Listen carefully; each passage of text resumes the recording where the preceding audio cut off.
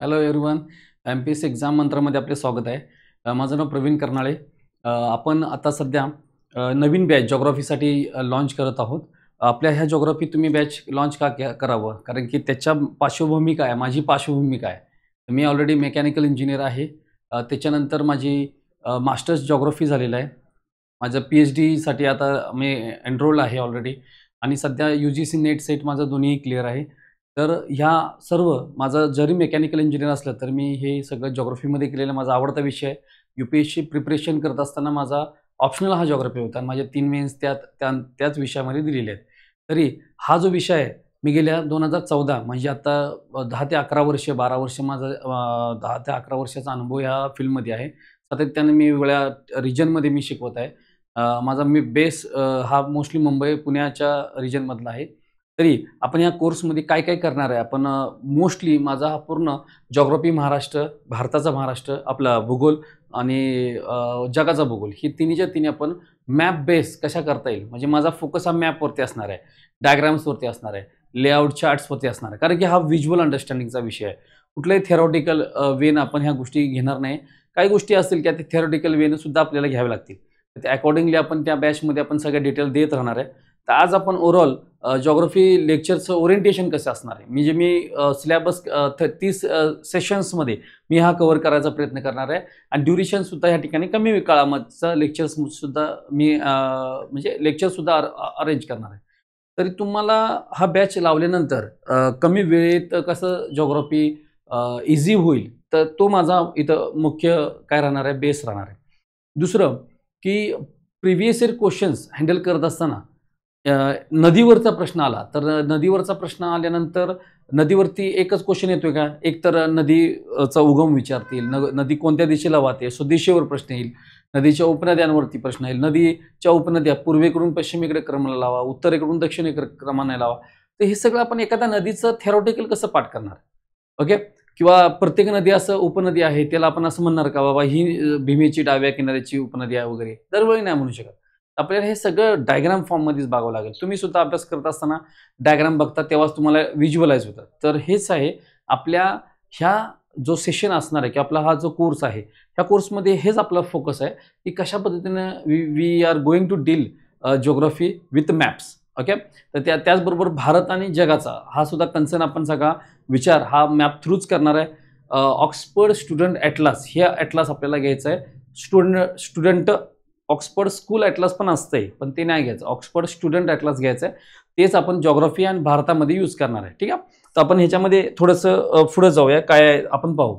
सगळ्यात महत्त्वाचं आपण हा जो कोर्स आहे, हा तुम्ही कोर्स कशासाठी यूज करू शकता. तर तुम्ही जर राज्यसेवेचं तयारी करताय किंवा तुम्ही जर ग्रुप बीची कंबाईनची तयारी करताय किंवा ग्रुप सी कंबाईनची तयारी करताय, तर इतर सर्व सेवेचे एक्झाम्स आहे ज्याच्यामध्ये तुम्हाला जिओग्राफी महत्त्वाचं आहे. तर त्या ठिकाणी जिओग्राफीचे 8 ते 10 प्रश्न, आता कंबाईनमध्ये जसं 10 प्रश्न असतात, पूर्वला सुद्धा, मेन्सला सुद्धा. ग्रुप बीला सुद्धा 10 प्रश्न असतात, पूर्वला, मेन्सला सुद्धा. किंवा राज्यसेवेमध्ये हा 15 क्वेश्चनचा लॉट असतो. तो वेगवेगळा, जगाचा वेगळा असतो, भारताचा वेगळा असतो, महाराष्ट्राचा वेगळा असतो. ते सेग्रिगेशन वेगळं केलेलं आहे. आपण ओव्हरऑल 30 लेक्चरमध्ये माझा फोकस हा ब्रॉड राहणार आहे. ब्रॉड राहणार म्हणजे काय? तर बाबा जिओग्राफीचे वेगवेगळ्या जिओग्राफी असतात. उदाहरणार्थ भूरूपशास्त्राची जिओग्राफी असते, म्हणजे जिओमॉर्फॉलॉजिकल जिओग्राफी असतं. तर तो एक उदाहरण घेतलं, तर ते तुम्हाला भूरूपशास्त्र हे तुम्हाला कंबाईनच्या पूर्व किंवा मेन्सला नाही, हे लक्षात ठेवा.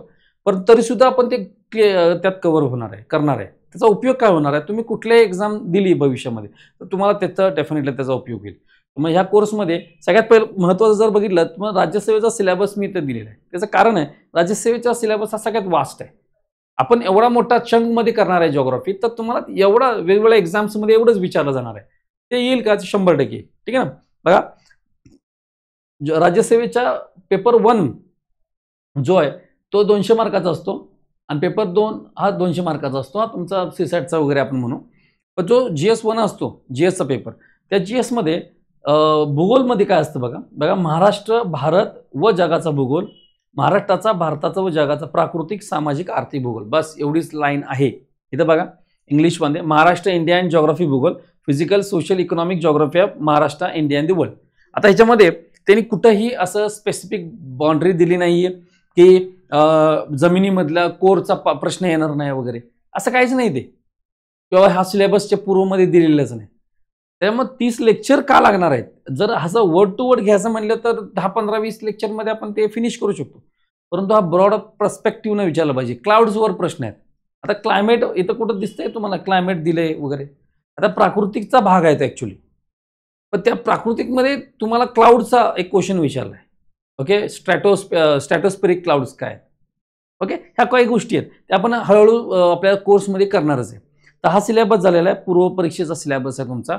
मेन्स, राज्यसेवेची मेन्स तर तुम्हाला आता एक UPSCचे मेन्स सारखे झालेले आहे. त्यामुळे ते एकदम ब्रॉड अप्रोच पेपर 1चा पार्टमध्ये history, geography and the society, ह्याच्यामध्ये जिओग्राफी हा सेक्शन आहे, त्याच्यामध्ये तुम्हाला तो कव्हर होईल.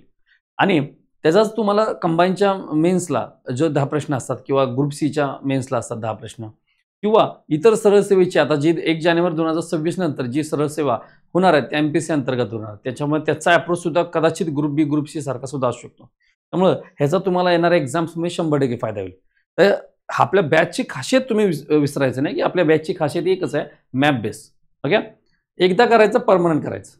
त्याची प्रॅक्टिस एक 2-3 वेळा केली तर तुम्हाला 6 महिने 8 महिने जरी जिओग्राफी वाचलं नाही तरी तुम्हाला तो लक्षात राहील, एवढी माझी गॅरंटी. ओके, फक्त गॅरंटी का देतोय? कारण की तुम्ही करणार आहात म्हणून. ओके, मॅप बेस फोकस तुम्ही राहून करणार असाल तर, ठीक आहे ना. आता आपण जिओग्राफीचे काही सेक्शन्स असतात. उदाहरणार्थ आपण बघूया, ह्याच्यामध्ये जिओग्राफी एक असते जिओमॉर्फॉलॉजी. म्हणजे काय? तुमचं भूरूपशास्त्र.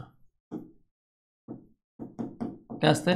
भूरूपशास्त्र, याची एक जिओग्राफी असते, ठीक आहे ना. त्यानंतर दुसरं असतं ओशनोग्राफी, म्हणजे सागरशास्त्र. नंतर असतं तुमचं क्लायमेटोलॉजी असते, म्हणजे हवामानशास्त्र, क्लायमेटोलॉजी. त्यानंतर असतं एन्व्हायरमेंटल जिओग्राफी, म्हणजे पर्यावरण भूगोल एक असते. त्याच्यानंतर आपण ओशनोग्राफी, हवामानशास्त्र किंवा क्लायमेटोलॉजी, जिओमॉर्फॉलॉजी, एन्व्हायरमेंट जिओग्राफी. त्याच्यानंतर आपण अजून काय बघणार आहे? समजा एक असते ह्युमन जिओग्राफी. ओके, मानवी भूगोल. ओके, आणि एक असतो फिजिकल जिओग्राफी, म्हणजेच तुमचा भौतिक भूगोल. आता हे जिओग्राफीची ब्रॉड हेडलाईन्स आहेत. ओके, ब्रॉड हेडलाईन्स, हे एवढं डिटेल येत नाही. ऑप्शनलचा सिलेबस हा पेपर 1, पेपर 2, पेपर 1चा पार्ट 1, पार्ट 2, पेपर 2चा पार्ट 1, पार्ट 2, एवढा डिटेलमध्ये नसतोय. आता जिओमॉर्फॉलॉजीचा काही सेक्शन आहे की तुम्हाला जिओमॉर्फॉलॉजीचा काही सेक्शन आहे. उदाहरणार्थ तुमच्या waves, primary waves, secondary waves, म्हणजे प्राथमिक वेव्ज आहेत किंवा दुय्यम लहरी आहेत, प्राथमिक लहरी आहेत, भूपृष्ठ लहरी आहेत, ते प्रश्न येतो. किंवा तुमचा कोर, मेंटल, गाभा, म्हणजे प्रवरण, कवच आणि गाभा, तो जो व्ही शेप तुम्ही पुस्तकात वाचला असेल तो आपण ह्याच्यामध्ये बघणार.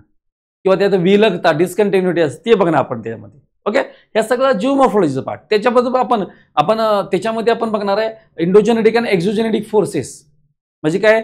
अंतर्गत आणि बहिर्गत हालचाली. ह्याच्यामध्ये वळ्यांचे प्रकार, वळ्यांचे स्वरूप, घड्यांचे स्वरूप, घड्या कशा असतात, त्यानंतर फॉल्ट, भ्रंशाचे प्रकार. ओके, आपलं वलीकरण, ह्या सगळ्या सेक्शन जो आहे ना तो सगळा जिओमॉर्फॉलॉजीचा पार्ट आहे. वोल्कॅनिझम, ज्वालामुखीचे प्रकार, ज्वालामुखीचं वितरण, जगामध्ये वितरण, ह्या सगळ्या गोष्टी आपल्या ह्याच्यामध्ये येणार, कळलं ना. आणि पट्टे, भूपट्टे, सागरी पट्टा आणि भूपट्टा.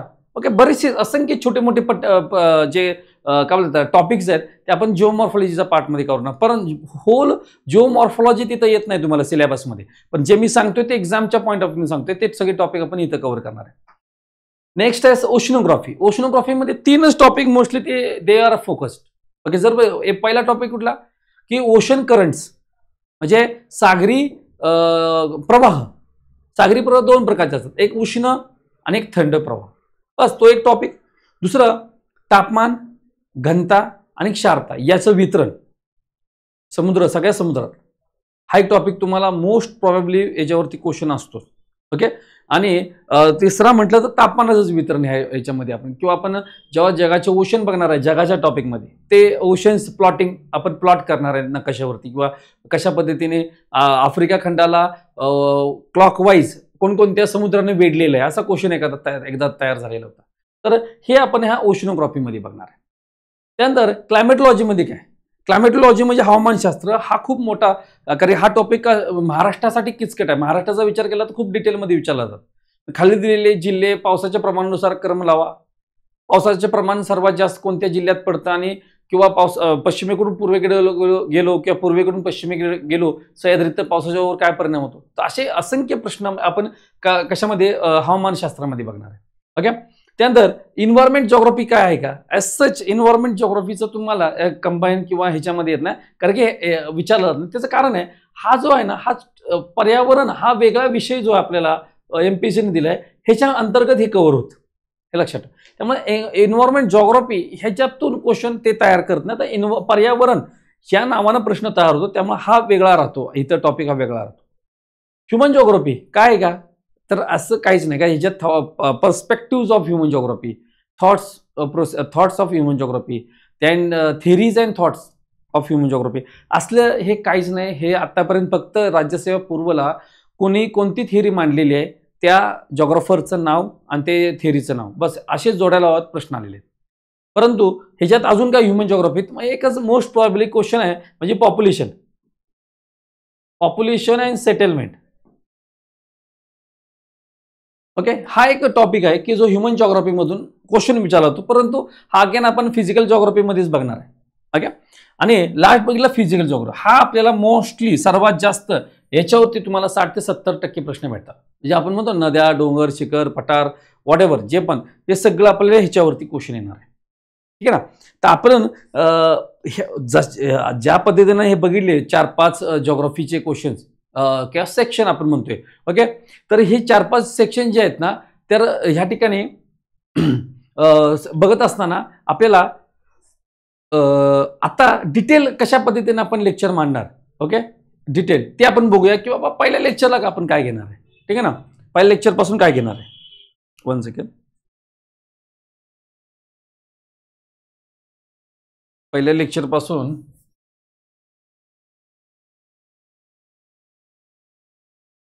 ओके. आता सर ते बटन दाबा. पहिल्या लेक्चर पासून काय करणार आहे, तर पहिलं लेक्चर बघा, सगळ्यात महत्वाचं पहिले सेशनमध्ये आपण काय बघणार आहे, सूर्यमाला बघणार आहे. काय म्हणणार आहे, सूर्यमाला बघणार आहे. सोलार सिस्टम ह्याच्यामध्ये आपण काय बघणार आहे, ग्रह, उपग्रह, त्यानंतर तुमचे लघुग्रह, बटुग्रह काय आहेत, ते कशा पद्धतीने फिरतात किंवा पोझिशन काय त्यांची ते बघणार आपण. त्यानंतर आपण जे धूमकेतू वगैरे हे कसे 76 वर्षांना आला वगैरे, हे जॉग्राफिकल आपलं ॲस्ट्रॉनॉमिकल कन्सेप्ट आपण बघणार. त्यानंतर आपण तिथं अमावास्या, पौर्णिमा, त्याचबरोबर ओहोटी, भरती, त्यानंतर ग्रहण आहे, चंद्रग्रहण, सूर्यग्रहण, त्यामध्ये आपण बघणार आहे की बाबा खग्रास ग्रहण कसं असतं, खंडग्रास कुठलं असतं, त्यातल्या त्यात कंकणाकृती सूर्यग्रहण आपलं ग्रहण असतं ते कुठल्या ग्रहात असतं, बाबा खग्रास सूर्यग्रहणामध्ये असतं कंकणाकृती. या बारीक सारीक ज्या गोष्टी आहेत ना त्या आपण सगळ्या बघणार. त्यात आपण बघणार आहे अपसूर्यस्थिती, आपलं उपसूर्यस्थिती, उपभू, अपभू, हे सगळे कन्सेप्ट जे छोटे छोटे जॉग्राफिकल ते आपण, वसंत ऋतू काय असतो, शरद ऋतू काय असतो, किंवा आपण ह्या ज्या इनिशियल चॅप्टरमधल्या तुम्ही स्टेटवर वाचलं असेल ते सगळं आपण इनिशियल याच्यामध्ये बघणार सूर्यमाला. ठीक आहे ना. सेकंड आपण बघणार आहे स्थान विस्तार, म्हणजे काय असणार आहे, स्थान विस्तार. ह्याच्यामध्ये आपलं फोकस असणार आहे रेखावृत्त, अक्षावृत्त आणि टाइम झोन म्हणजे प्रमाण वेळ, ह्याच्यावर फोकस करणार आहे. जगाला कसं डिवाइड केलं टाइम झोनमध्ये. ओके. हे सगळं आपलं ह्याच्यामध्ये असणार आहे. नंतर नेक्स्ट अजून काय टॉपिक असतील आपण याच्यातून आपण सुरुवातीला महाराष्ट्र फोकस करणार आहे. काय असणार आहे आपल्याला, इथून पुढे आपला महाराष्ट्र चालू होईल. तर महाराष्ट्र बघत असताना सगळ्यात पहिलं आपल्याला बघणार आहे काय, रेखावृत्ती, अक्षावृत्ती, विस्तार. या ठिकाणी महाराष्ट्राचा बघणार, या ठिकाणी महाराष्ट्राचं काय अजून बघणार या ठिकाणी, की प्रशासकीय विभाग बघणार, जिल्हे बघणार. इथं कोणते किती जिल्हे आहेत, प्रत्येक जिल्हे आणि तालुके, म्हणजे आपण इथे या ठिकाणी तालुके सुद्धा या ठिकाणी कोणत्या जिल्ह्यात किती तालुके आहेत, हा क्रम कसा पाठ करायचा हे सुद्धा आपण या ठिकाणी बघणार, ठीक आहे ना. आता तिथून पुढे आलं आपल्याला एक असणार आहे की वैशिष्ट्यपूर्ण विभाग. काय असणार आहे? वैशिष्ट्यपूर्ण विभाग सुद्धा आपण महाराष्ट्राचे बघणार आहे. वैशिष्ट्यपूर्ण म्हणजे आपण मावळ म्हणतो किंवा मराठवाडा म्हणतो किंवा कोकण नाव दिलेलं आहे कसं दिलेलं आहे किंवा विदर्भ नाव कसं पडलेलं आहे, ह्या सगळ्या वैशिष्ट्यपूर्ण विभागामध्ये आपण त्या गोष्टी बघणार. त्यानंतर आपलं पुढे म्हणलं आलं नैसर्गिक व राजकीय सीमा आपण या ठिकाणी बघणार महाराष्ट्राच्या. निसर्गाच्या कोणत्या निसर्गाच्या भूरूपानं जी केलेली सीमा आहे त्याला नैसर्गिक सीमा म्हणतो आपण. आणि कोणत्या राज्यानं, कोणत्या जिल्ह्यानं, कोणत्या तालुक्यानं, कोणत्या देशानं किंवा कोणत्या खंडानं जर बाउंड्री केली असेल, इट इज ऑन पेपर, तर सगळं राजकीय मध्ये येते. लक्षात ठेवा या ठिकाणी जी नैसर्गिक सीमा आहे ती डोळ्यानं दिसते पण राजकीय सीमा दिसत नाही. असे छोटे छोटे कॉन्सेप्ट आहेत. त्याचं कारण बघा, तुम्ही नगरमधून पुण्यात गेले, पुण्यामधून सोलापुरात गेले तर तुम्हाला कधी दिसणार नाही की आपण बाउंड्री बदललेली. काही लोक किनारपट्टीला राहतात, म्हणजे पुणेच्या आणि सोलापूरच्या समजा किंवा पुणे आणि साताराच्या दरम्यान राहतात, तर राहतात साताऱ्यात जमीन पुण्यात. असं का होतं? ऑन पेपर जमीन त्या एरियात गेलेली, जिल्ह्यात गेलेली, हे लक्षात ठेवा. मग आपण हे सगळं ह्याच्यात बघणार राजकीयमध्ये, ठीक आहे ना. त्यानंतर ह्याच्या व्यतिरिक्त अजून काय करता येईल आपल्याला? हा ठीक आहे, आपण आता महाराष्ट्राची ओव्हरऑल, आता इथं या ठिकाणी महाराष्ट्राची निर्मितीपासून येणार आहे. निर्मिती 1 मे 1960च्या महाराष्ट्रात किती जिल्हे होते, तालुके होते, मग ते हळूहळू कोणत्या तारखेला कोणता जिल्हा कोणत्या मुख्यमंत्र्याच्या काळात झाला, हे detail with form diagram, everything is in form of diagram, प्रत्येक गोष्ट डायग्राम, ठीक आहे ना. हो, हे सगळं होणार आहे. पुढे आपण या ठिकाणी येणार आहे महत्वाचा टॉपिक असणार आहे कोकण, सह्याद्री व महाराष्ट्र पठार. आता एक लक्षात ठेवायचं, हा जो कोकण आहे, कोकण बघत असताना आपण खलाटी वलाटी हा सेक्शन बघणार. कोकण बघत असताना इथं असणाऱ्या नद्याचे खाड्या, आता मोस्टली या ठिकाणी खाड्याच्या नदी बरोबर आपण घेणार, परंतु त्या कशा खाड्या का तयार झाल्या, आपण ते त्रिभुज प्रदेश का तयार झाले, हे जे कन्सेप्ट आहेत छोटे छोटे, हे आपण कोकणात बघणार. सह्याद्री, मग ह्याला सपोज ह्याला लेक्चरला आपला 1-1.5 तास लागतो. सह्याद्रीमध्ये आलो आपण. सह्याद्री फक्त डोंगर आहे का? नो. तर पहिला आपण बघणार सह्याद्री म्हणजे काय. सह्याद्रीमध्ये आपण बघणार आहे, मग सह्याद्रीमध्ये असणारे शिखरं बघणार. सो या ठिकाणी होणार आहेत महाराष्ट्रातील शिखरे, आपण या ठिकाणीच बघून घेणार. शिखरे, पिक्स, ओके, पिक्स. ह्याच ठिकाणी आपण घाट सुद्धा बघणार. काय बघणार आहे? घाट. त्याचं कारण आहे, घाट हे सह्याद्रीतच आहेत ना. तर महाराष्ट्रातील घाट, महाराष्ट्रातील शिखरे. आपण सह्याद्री हा टॉपिक असताना, एकतर आपण सह्याद्री टॉपिक बघत असताना सह्याद्री तयार कसा झाला, तिची रचना काय, भूरूप शास्त्रीय दृष्ट्या आपण त्याला कसा बघू शकतो किंवा काय बघतो, निर्मिती कधी झाली आहे, कालखंड काय, हे सगळं या ठिकाणी बघणार. पावसाचे प्रमाण किंवा वितरण कसं आहे त्या ठिकाणी, हे सगळं बघणार. हे बघत असताना आपण लगेच महाराष्ट्रातील शिखर बघून घ्यायचे, महाराष्ट्रातील घाट बघून घ्यायचे. तिथून आपण महाराष्ट्र पठारावर जाणार. मग महाराष्ट्र पठाराची रचना बघणार, जॉग्राफिक कन्स्ट्रक्शन कसं झालं ते बघणार. मग त्याचबरोबर महाराष्ट्र पठार म्हणजे दख्खनचे पठार असणारे इतर पठारांचं वितरण किंवा पठारे बघणार त्या ठिकाणी, ठीक आहे ना. आता महाराष्ट्र पठार झाले की आपल्याला पुढच्या टॉपिकला येतोय महाराष्ट्रातील नॅशनल हायवे म्हणजे रोड. आपण ट्रान्सपोर्टेशन या ठिकाणी लगेच बघणार आहे. त्याचं कारण आहे किंवा हा टॉपिक क्वेश्चन अल्टरनेट एक्झामला येतो, परंतु हा दुर्लक्षित झालेला पार्ट आहे. त्यामुळे नॅशनल हायवे महाराष्ट्रात किती आहेत, किती लांबी आहे, नवीन नंबरिंग कशी दिलेली आहे, जुने नंबरिंग काय आहे, हे सगळं आपण किलोमीटर कुठून जातो, हे जो क्वेश्चन असतो कंबाईनचा आवडता पूर्व परीक्षेचा क्वेश्चन, ठीक आहे. आता याचबरोबर आपण रेल्वे झोन या ठिकाणी बघणार आहे. जे 18 रेल्वे झोन झालेले आहेत ते आपण रेल्वे झोन या ठिकाणी, सो 2 पॉईंट या ठिकाणी ट्रान्सपोर्टेशन व वाहतुकीच्या संदर्भात आपण या ठिकाणी बघून घेणार. तिथून पुढे आलो आपण तर महाराष्ट्रातील नदी प्रणाली खूप महत्वाचा टॉपिक आहे. महाराष्ट्रातील नदी प्रणाली बघत असताना या ठिकाणी आपण पहिला नद्या सगळं प्लॉटिंग करणार, मॅप्स बनवणार, ओके. कशी नदी वाहते दाखवणार तुम्हाला. त्यामध्ये नदी बघणार, त्यानंतर उपनद्या बघायच्या आपल्या. त्याच्या उपनद्या कुठल्या, उजव्या किनाऱ्या येणार कुठल्या, डाव्या किनाऱ्याने कुठल्या. त्यानंतर त्या नद्यांवरती असणारे डॅम्स बघणार आपण, ओके. कोकणातले बघणार, उदाहरणार्थ आपण तापीतले बघणार. तापीत समजा 10-12 महत्वाचे डॅम आहे. उदाहरणार्थ गोदावरी आहे, गोदावरीचे आपले कमसे कम 15 ते 18 ते 20 बघणार. भीमेवरती 26-27 डॅम्स आहेत ते बघणार. असे डॅम्स डिटेल महाराष्ट्रातले महत्वाचे डॅम्स आणि त्या डॅम्स वरचे सागर म्हणजे आपल्या नाही का आपलं शहाजी सागर डॅम, जे सागर आहेत ना सागर, ते बघणार आपण. म्हणजे मेघदूत सागर त्या डॅमची नावं हे सगळं आपण डिटेल ह्या नदी प्रणालीमध्ये बघणार. आणि नदी प्रणालीत सेपरेट नकाशा. तापी नदी सेपरेट होणार, वैनगंगा सेपरेट होणार, वर्धा व पैनगंगा ही सेपरेट होणार, गोदावरी सेपरेट होणार, भीमा सेपरेट होणार, त्यानंतर कृष्णा सेपरेट होणार आणि कोकणातील पश्चिम वाहिन्या नद्या ह्या सेपरेट होणार.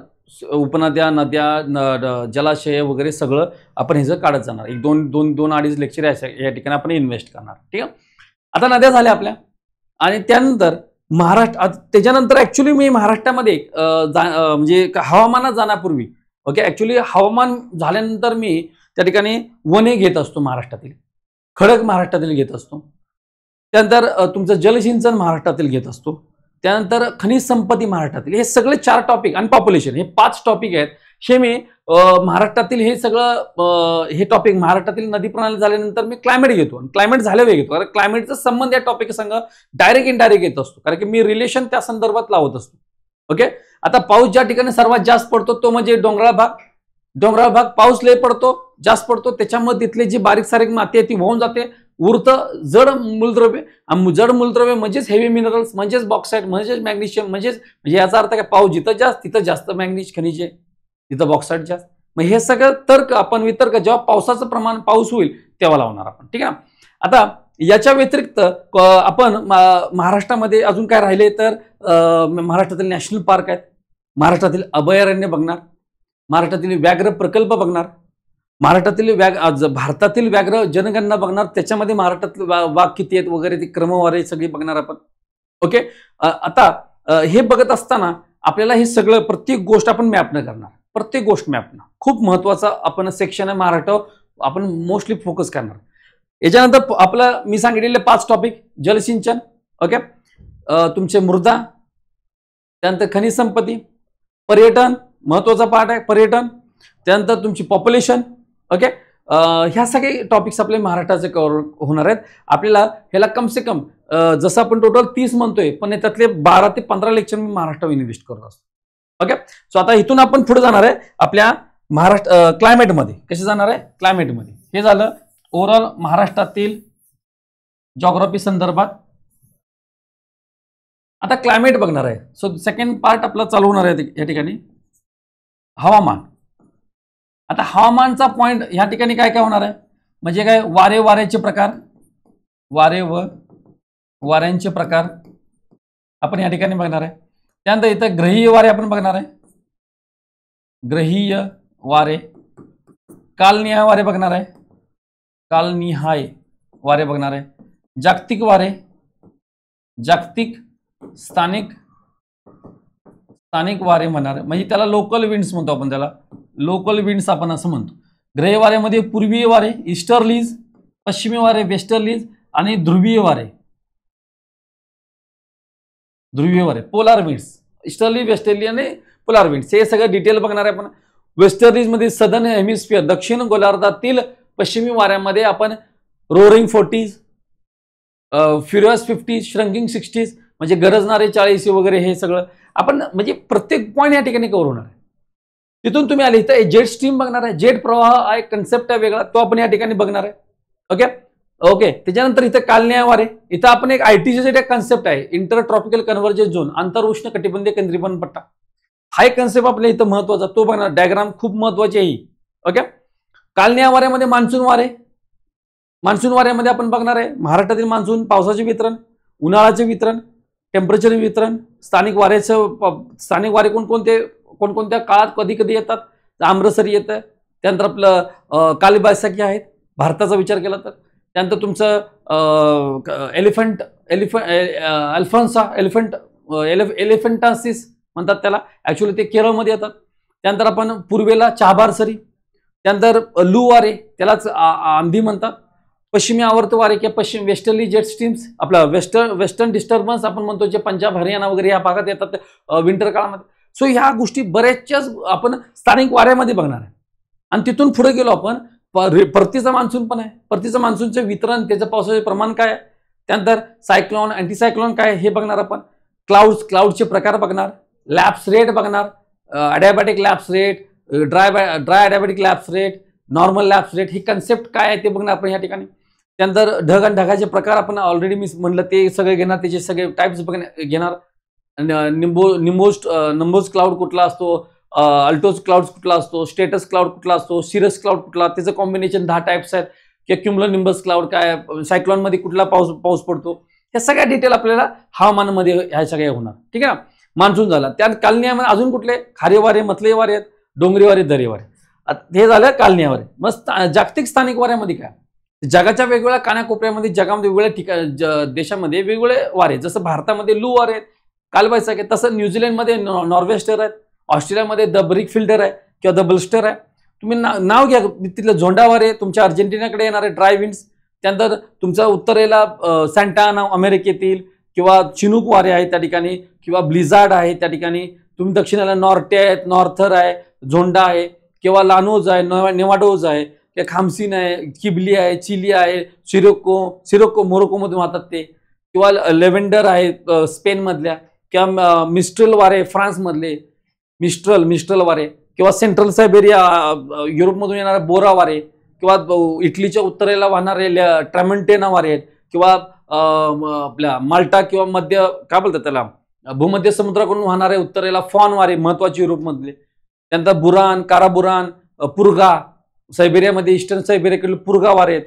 काराबुरान तुमचा आपल्या चीनमधले आहेत. बुरान तुमचा अमूर नदी म्हणजे रशियाकडून चीनकडे येणारे वारे आहेत. अख्खे जगातील वारे जे घेतलेत ना अजून बरेचसे आहेत. हे सगळे वारे आपण या कशात बघणार आहे, जागतिक स्थानामध्ये बघणार आहे. तुमच्या पाठ होईल, मला पाठ आहे, तुम्हाला पाठ, फक्त प्रॅक्टिस करावं लागेल. ज्या गोष्टी होत्या मॅप बेस्ड. ठीक आहे ना. आपण हे क्लायमेटमध्ये फिनिश होईल. त्याच्यानंतर आपण जाणार आहे भारतात. आता एक लक्षात ठेवा, या गोष्टी जात असताना आपल्याला काही गोष्टी असतील की मॅप बेस गेल्यामुळे इझी काय होते, it is easy to cover syllabus also, आणि it is easy to cover syllabus with minimum page. हे कन्सेप्ट आहे याच्या मागे. त्यानंतर भारतात गेलो आपण.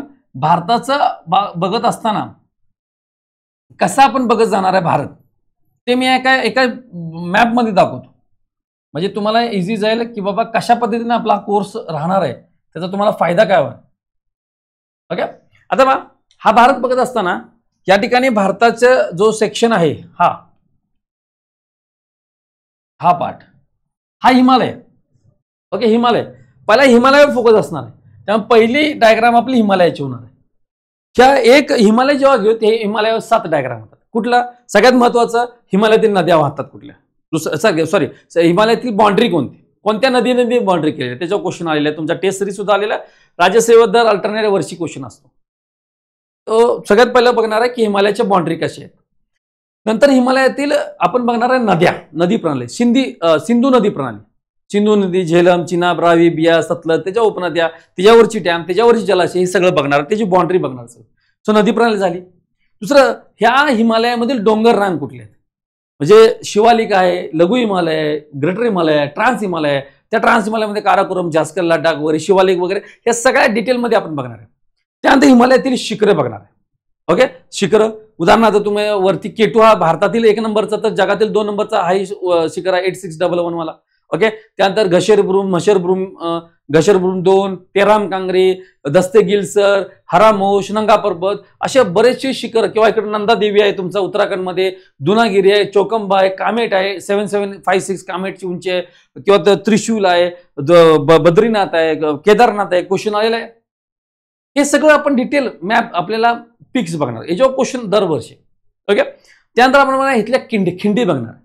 ओके. शिपकीला खिंड. ओके. इमिसला.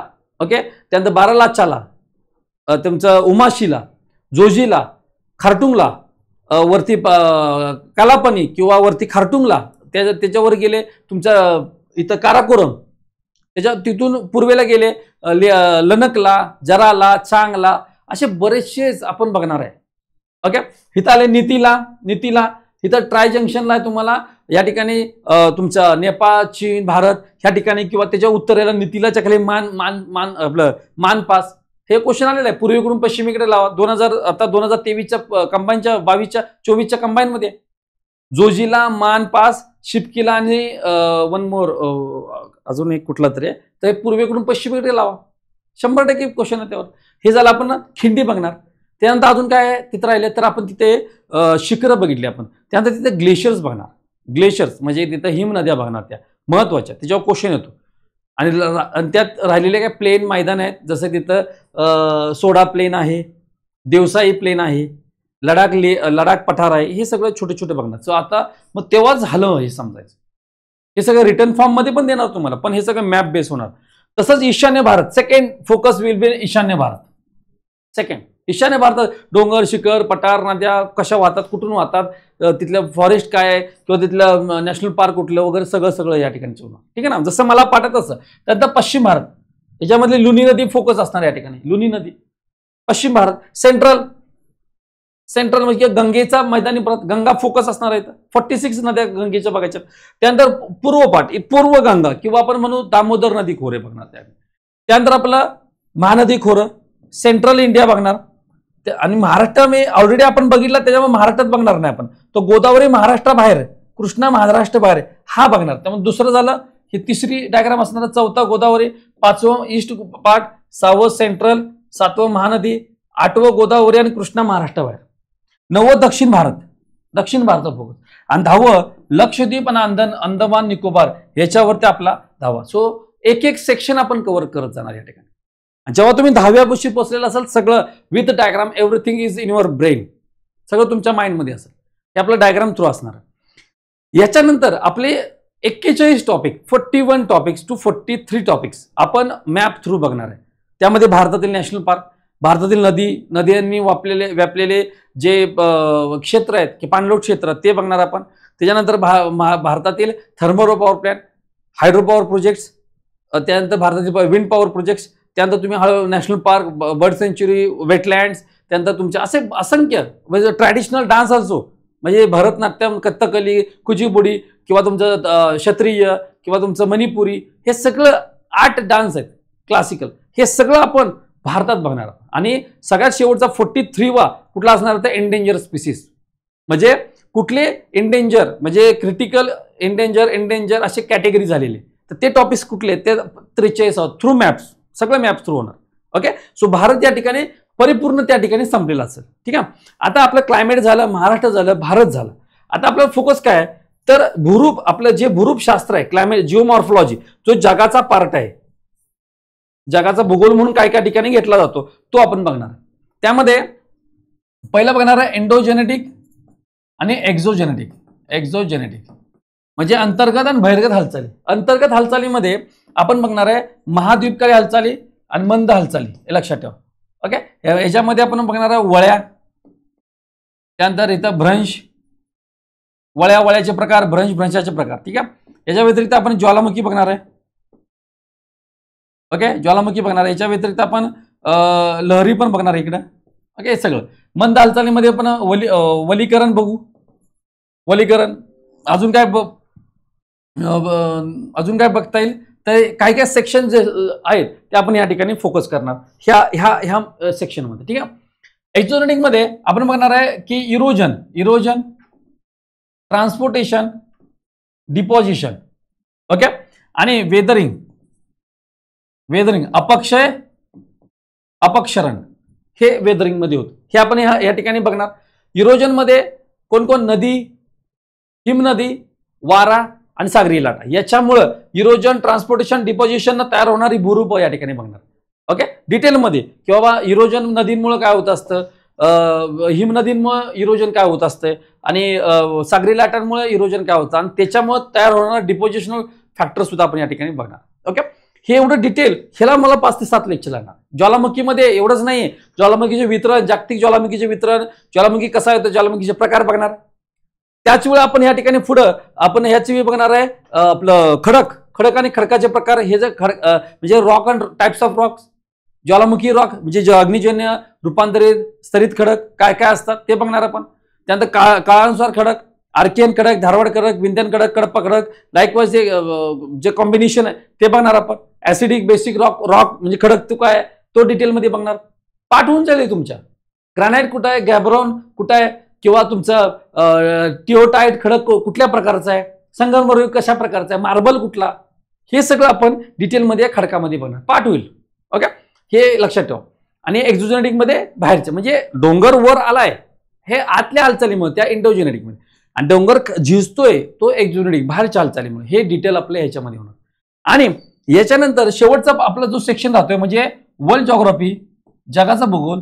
हे 6 खंड, म्हणजे 7वा अंटार्क्टिक मध्ये काय असं स्पेशल नाही, रॉस समुद्र किंवा इतर बेस 2-4 बेज आहेत, 1-2 उपसागर, तेच बघणार आपण. किंवा 6 खंडावरती फोकस असणार आहे थ्रू मॅप्स. त्यामुळे डेली 15 मिनिटं आपण आफ्टर लेक्चर आपण एक्स्ट्रा फोकस करणार आहे कशावरती, जागतिक भूगोलावरती. ठीक आहे ना. सो इथं तुमचं पूर्ण मॅप थ्रू जॉग्राफी महाराष्ट्राचा डिटेलमध्ये मी आता सांगितल्यानुसार सगळं होणार आहे. आणि काही टॉपिक मिस झाले असतील माझ्याकडून सांगण्यात, हे लक्षात ठेवा. ह्याच्यापेक्षा कमी नाही होणार, ह्याच्यापेक्षा जास्तच होणार आहे. भारत डिटेलमध्ये आणि लाईफ लॉंग लक्षात राहील, लक्षात ठेवा. आणि जग डिटेलमध्ये होईल. ओके. आणि एकदा ही बॅच झाली तुमची, चॅलेंज नाही, तुम्ही कुठेही फक्त 1-2-3 तास लगातार रिव्हिजन केलं आणि ह्याच्या सगळ्या तुम्हाला प्रिंटेड नोट्स माझ्या एक रिटर्न फॉर्ममध्ये, त्या सुद्धा तुम्हाला मी PDF फॉर्ममध्ये पर्सनल माझ्याकडून तुम्हाला दिले जातील. ठीक आहे. पण ह्या बॅचचा पुरेपूर उपयोग करून घ्या. ओके. काही गोष्टी ज्या लागतील त्या मी तुम्हाला लाईफ लॉंग तुम्हाला प्रोव्हाइड करेल रिगार्डिंग जॉग्राफी, हे लक्षात ठेवायचं. ओके. Thank you so much. ह्या बॅचमध्ये काही नवीन असं तुम्हाला अजून काय अपेक्षित असेल तर नेहमी वेलकम राहील. ओके. याच्याबरोबर PYQ अनालिसिस सुद्धा तुम्हाला लेटेस्ट एक्झामचे असतील ते सुद्धा तुम्हाला प्रोव्हाइड केले जातील. Okay. Thank you so much. Welcome. ह्या बॅचला तुम्ही लवकरात लवकर सबस्क्राईब करून घ्या, जेणेकरून येणारे जे लेक्चर्स असतील रेकॉर्ड करणार आहे आम्ही, तर ते तुम्हाला इझिली मिळून जातील. Okay. Thank you so much. Welcome to MPSC exam Mantra.